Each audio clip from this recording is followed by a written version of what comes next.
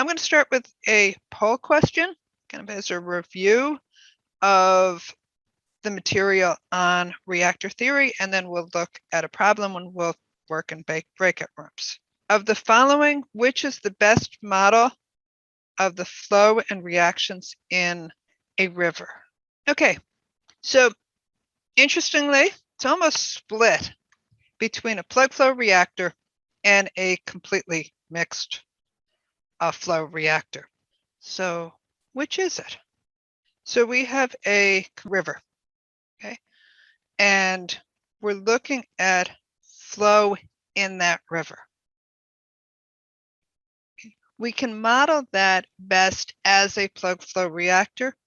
What we're thinking, kind of the way we think about this is that we have a parcel of water that's moving as a packet down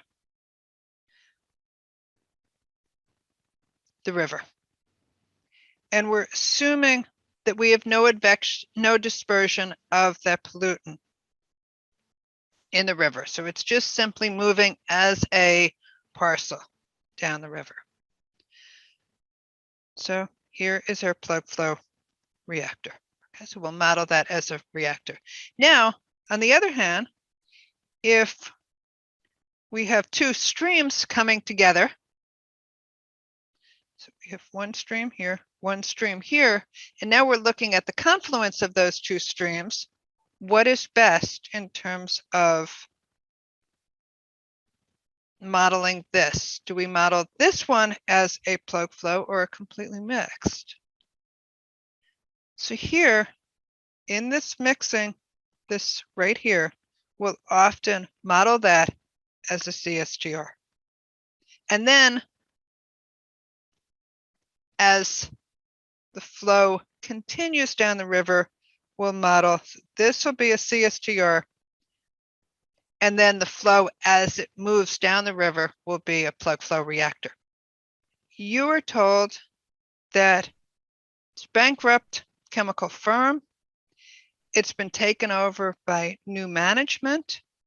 When new management finds on the property a 20,000 cubic meter brine pond, this contains high concentration of salt, contains 25,000 milligrams per liter of salt.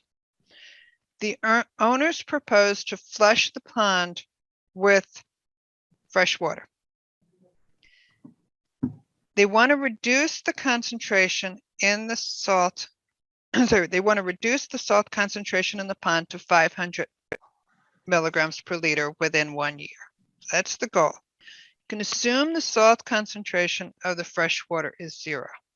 And then I gave you the salt concentration of the ocean, and notice that basic concentration of the brine is actually less than the concentration in the ocean. We're looking for a flow rate. You're going to model that as a plug flow reactor or a completely mixed reactor. So a CSTR, one inlet and one outlet. So think about that as you're going, okay? So we have a pond.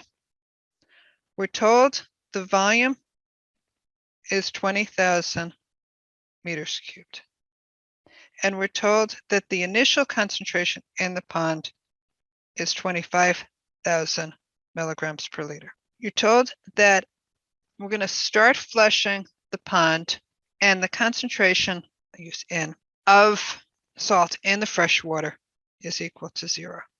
And we're going to continue flushing, and we're going to flush for a year. And the concentration out is equal to 500 milligrams per liter. We don't know Q in, we don't know Q out. That's what we're looking for. This is our system, and we can draw the system boundary. So we can write, well, actually, let's talk about the assumptions first. Okay, so we'll assume that we have a CSTR. And remember, if that's true, then C in the pond is equal to C out. We'll assume that the salt is conservative, so it's non-reactive, and that means that we have no reaction. We said C in is equal to C out. And we're going to assume that we do not have steady state. We can write that then, as we've done before, change in mass with respect to time is equal to the mass rate in minus the mass rate out. And we'll leave the reaction term off because we've already said that there is no reaction. So the change in mass is equal to dc dt. We're going to assume, which we didn't write up here, that volume is constant. Basically told that, but by pulling the volume out of the differential, we're assuming that volume is constant. And that is equal to the mass rate in minus the mass rate out, which is equal to Q in Cn minus Q out C out. We can integrate this expression. We'll integrate it from C0 to C and from time 0 to time t. And we've said that the time is 1 year or 365 days.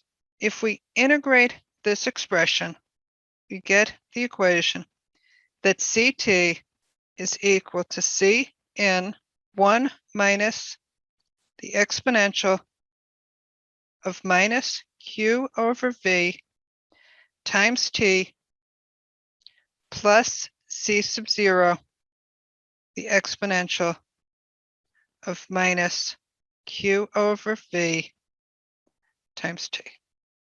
Okay, so we have two terms to this expression here. At least one of the groups wrote the equation. Team 2, you wrote the expression with only one term. Why was there only one term in your equation? Or what? It was, your equation's correct. Why? Because there's no salt coming in. Exactly. So Cn is equal to 0. So the equation simplifies, and we can write ln of C over C naught is equal to minus Q over 20,000 meters cubed. So that was our volume.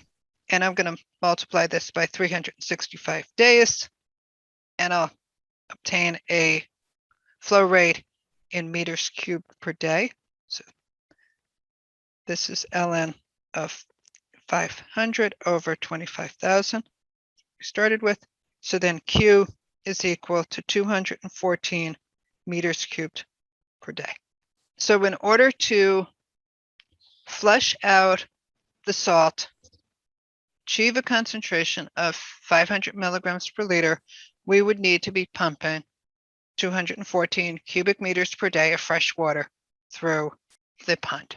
And we would end up with a curve.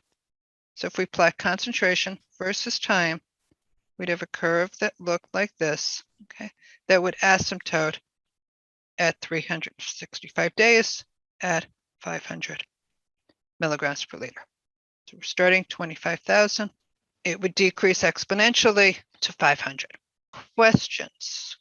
Okay, the second part of the problem included a rate constant. So the second part, everything is identical. We have the same pond.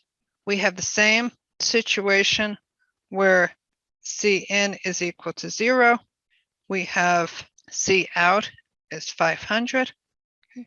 Same volume, same initial concentration.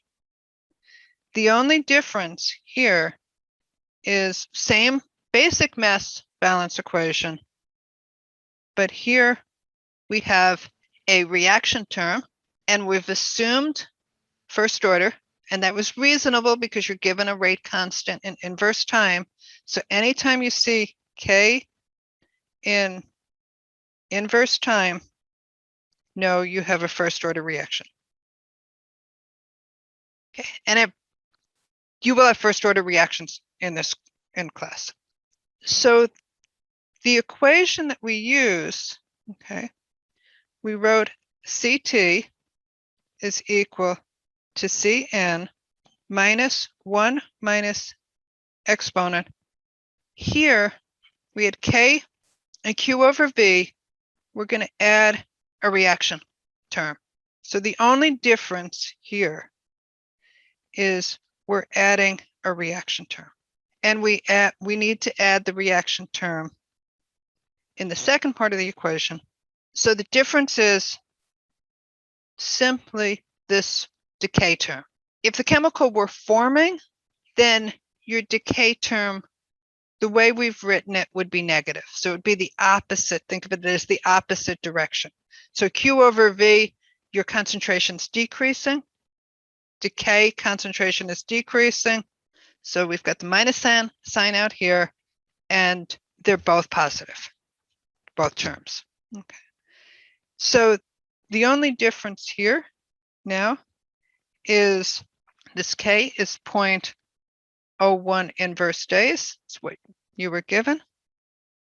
So now we have, again, C sub n is 0, so that first term drops out, and we have ln of 500 over 2500 is equal to minus Q over 20,000 cubic meters plus 0.01 inverse days, and we're going to multiply that by 365 days, because that's the time.